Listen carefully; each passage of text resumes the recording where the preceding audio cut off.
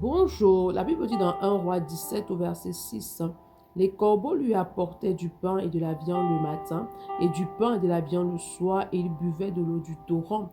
On a Élie ici, en fait, le Seigneur lui envoyait en fait un corbeau, et le Seigneur pourvoyait par le corbeau. En fait, le Seigneur a utilisé le corbeau pour apporter de la nourriture justement à son serviteur. Il s'agit ici en fait d'une provision surnaturelle.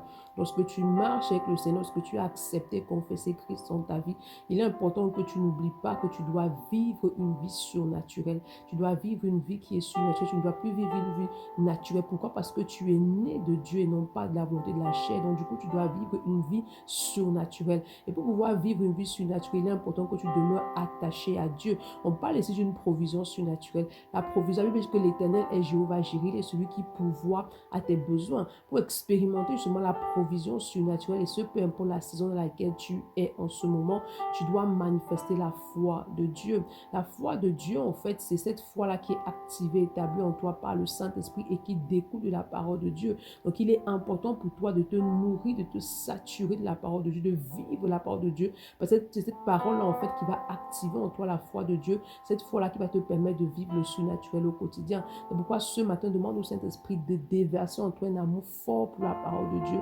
Demande d'établir en toi la foi de Dieu. Bonne journée. Shalom.